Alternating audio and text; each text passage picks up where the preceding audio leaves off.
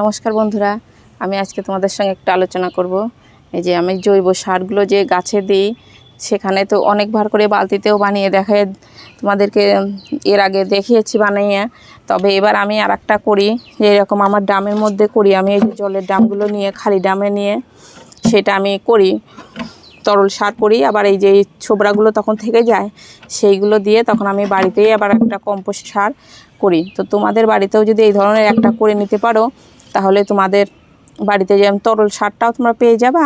আবার আমরা যে কোনো যেমন কম্পোস্ট, ভার্মি কম্পোস্ট, গোবর সার অনেকে পাও না, কিন্তু সেটা আমাদের বাড়ির সবজি পচার থেকেই কিন্তু হয়ে যায়। তো সেটা তোমরা কিভাবে করতে পারো সে বিষয়ে আজকে আলোচনা করছি। তো ভিডিওটা তোমরা দেখো, তাহলে তোমরা বাড়িতে একটা করে নিতে পারো। যে এইসব ড্রামগুলো যারা বাড়িতে বাড়িতে জল দেয়, ওদের কাছে বললেই কিন্তু 20 টাকা 15 টাকাতে একটা যেগুলো ফেটে যায়, নষ্ট হয়ে যায়, সেগুলো দিয়ে দেয়। তখন সেইটা তোমরা যে এইভাবে করে কেটে নিতে পারো।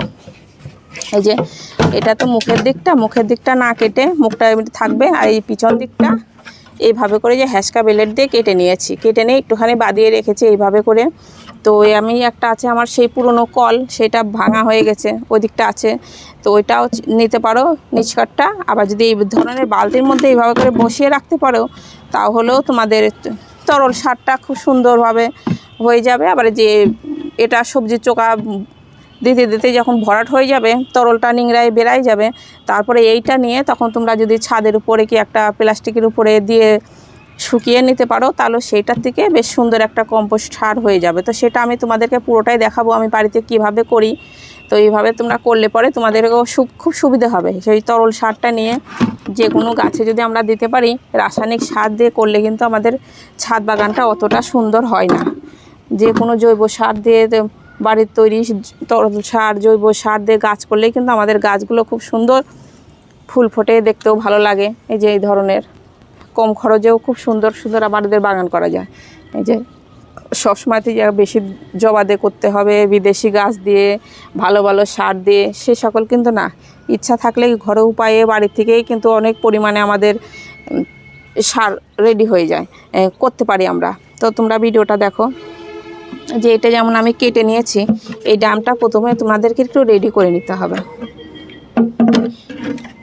যেমন একটু যে এই ধরনের একটা মশারি ছিঁড়া আছে, একটু তোমরা মশারি ছিঁড়াটা নিয়ে নিও। মশারি ছিঁড়া নিলে কি হবে, মশারিটা তো পচবে না। আর শাড়ি ছিঁড়া দিলে পরে, এমনি ন্যাকড়া ছিঁড়া দিলে কি হবে, জিনিসটা থেকে থেকে পচে যাবে। তো এইটা একটু এইভাবে করে ভাঁজ করে নিলাম। আর নিতে হবে এই যে এই ধরনের একটা মশারি ছিঁড়া নিয়েছি, আর এই যে একটু খোলাম কুচি নিয়েছি। এই ধরনের প্রথমে কি করতে হবে, আমাদের এক খোলাম কুচিটা এর উপর বসাতে হবে। দেখি ঠিক করে, এই যে ধরনের একটা খোলাম কুচি এর উপরে আমি বসিয়ে দিলাম, মুখটার উপর বসিয়ে দিলাম। তারপরে কি করব, যে মশারির ছিঁড়াটা আমরা রেখেছি, এইটা কি করব, আমরা এই খোলাম কুচির উপরে এই ধরনের একটু ভাঁজ করে নিয়েছি মোটা করে, ব্যাস যে এইভাবে করে দিয়ে দিলাম।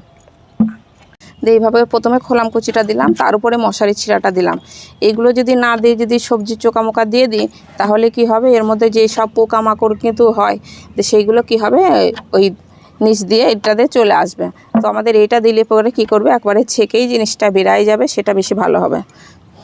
আর এর উপরে আমি তখন এই যে আমাদের বাড়িরই যে কোনো সবজির চোকামোকা, এই যে এটা যখন 2-3 দিন করা আছে,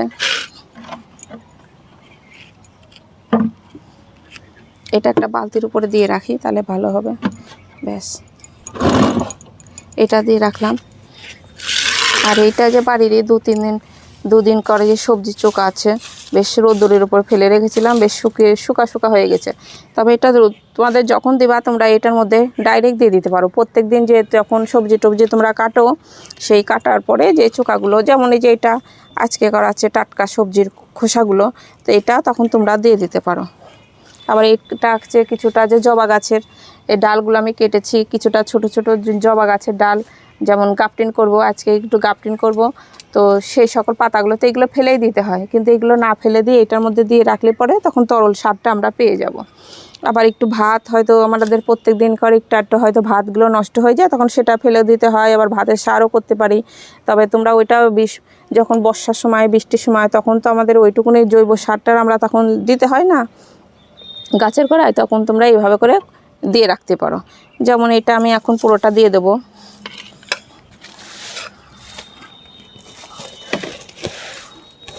এই যে এই বস্তা ধরে এর মধ্যে আমি এখন ঢেলে দেবো। এই যে এটা আমার দেওয়া হয়ে গেল। ব্যাস এটা আমি দিয়ে দিলাম। তার উপরে আবার আজকে করে যে এটা যেমন কিছু আলুর চোখা আছে, পেঁয়াজের চোখা আছে, ড্রাগনের চোখা মুখ আছে, এটার মধ্যে দিয়ে দিলাম। তারপরে এখানে ভাত আছে, কিছুটা ভাত, অল্প কিছুটা ভাত আছে। কিন্তু যে কোনো জিনিস তোমরা কাঁচা সবজিটা দিতে পারো, রান্না করা জিনিস কিছু দিও না, শুধু ভাতটাই দিতে পারো। এইভাবে করে দিয়ে দিতে পারো, রসুনের চোখা হোক, আদার চোখা হোক, পেঁয়াজের। আবার হয়তো তোমরা যে আগাছাগুলো গাছের গোড়া থেকে এখন তুলছো সেইগুলোও তোমরা এইভাবে করে দিয়ে রাখতে পারো। এইগুলো যে যতটা দিচ্ছ যে ভরাট হয়ে যাবে তাড়াতাড়ি তা কিন্তু হবে না। এই জিনিসটা পচে পচে আস্তে আস্তে তরল যেটা সার হয় সেটা নিচ দিয়ে বেরাই যাবে, আর এটা আস্তে আস্তে কী করবে বসে যাবে। প্রত্যেক দিন দিতে দিতে কী করবে একেবারে বসে যাবে, আর এই উপরটা একেবারে কম্পোস্টের মতন কি খুব সুন্দর একেবারে হয়ে যাবে। তো সেইটা রোদ্দুরে দিলে আবার ভালো হয়ে যাবে। তো এইভাবে করে তোমরা বালতির উপরেও একটা করতে পারো। আর দেওয়া হয়ে গেল, তারপরে এইভাবে করে একটা ঢেকে দিলা, বেশ সুন্দর একটা থেকে গেল। আর যখন দেখছো যে খুব মেঘ করেছে, বৃষ্টি আসবে, তো তখন কি করতে পারো, এর উপরে একটা পলিথিন দিয়ে দিতে পারো, যেন বৃষ্টির জলটা ডাইরেক্ট যেন এই ভিতরটায় যেন না পড়ে। সেটা থাকলে অল্প একটু আধটু বৃষ্টি পড়বে না, কিন্তু যখন বেশ ঝোড়ো হাওয়া হবে তখন একটু উল্টেও পড়ে যেতে পারে। তার জন্য এখানে একটা ভারী কিছু তোমরা চাপা দিয়ে রাখতে পারো, একটু প্লাস্টিক দিয়ে দিতে পারো। তো এইভাবে করে তোমরা করতে পারো।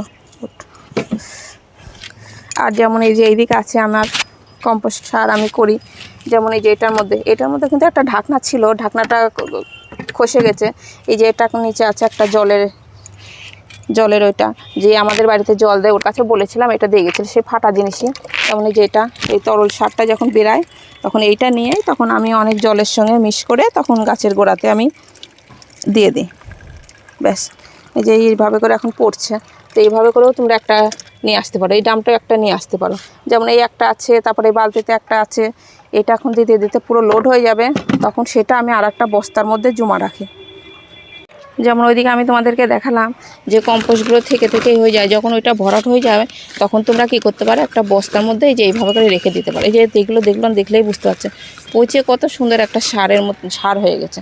তো এই জিনিস দিয়ে যদি তোমাদের কাছে গোবর সার না থাকে, তবে এটা একটু চেলে নিতে হবে। আমি চালিনি, বস্তার মধ্যে অমনি রেখে অনেকটা হয়ে গেছে। তো একটু আমি রোদ্দুরে দিয়ে রেখেছিলাম, একটু ভিজা থাকে, তো রোদ্দুরে নিয়ে একটু এই ধরনের একটু চেলে নিলে পরেই খুব সুন্দর একটা কম্পোস্ট সার হয়ে যায়। এই যে আমাদের এগুলো সবজি পচার এগুলো কত সুন্দর। তো এইগুলো দিয়েও তোমরা তখন গাছ লাগাতে পারো। মাটি অর্ধেকটা হয়তো মাটি আর এইটা যদি এক অর্ধেকটা নিয়ে নিতে পারো, দিয়ে গাছ লাগাও, তাহলে কি হবে তোমাদের খুব সুন্দর গাছ হবে। তো আমাদের বাড়ির থেকেই যদি এইগুলো আমরা পেয়ে যাই, তো আমরা কেন ফেলবো আর কেন এবার নষ্ট করবো।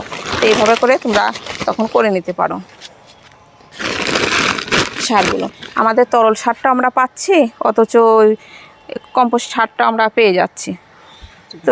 তো এইভাবে করেই তোমরা এইভাবে করে তোমরা এই কম্পোস্ট সারটাও পেয়ে যেতে পারো, আবার যে কোনো তরল সারটাও পেতে পারো। এই যে যদি টবের মাটি দেখো অতিরিক্ত ভিজা আছে কিন্তু সার দিতে হবে, সেই সময় তোমরা কী করতে, এটা মিক্স করো না, ওইভাবে করে অল্প সামান্য একটু করে এইভাবে করে দিয়ে দিতে পারো। আর যখন দেখো প্রচণ্ড গরম, জল দিতে হবে গাছের গোড়াতে, তখন এই ধরনের এক মগ ওই তরল সারটা তোমরা নিয়ে তখন জলের সঙ্গে মিক্স করে তখন তোমরা গাছের গোড়ায় দিতে পারো, তাহলে তোমাদের গাছগুলো খুব সুন্দর হবে। আর রাসায়নিক সারটা তোমরা একটু কম ব্যবহার করারই চেষ্টা করো, ওদের খুব সুন্দর হবে। আবার হয়তো সময় একটু কী করলে এর মধ্যে একটু ভাতের মারও দিয়ে দিতে পারলা, এভাবে করে সময় ভাত একটু ভাতের মার, আবার হয়তো চাল ধোয়া জলটা এর মধ্যে একটু হালকা করে এটা দিয়ে দিলা, তাহলে কি করবে তোমাদের সেটা এই সারটা অনেকটা পরিমাণে হবে, তখন সেটা ভালো হবে। তো ভিডিওটা এখানে শেষ করছি, নমস্কার।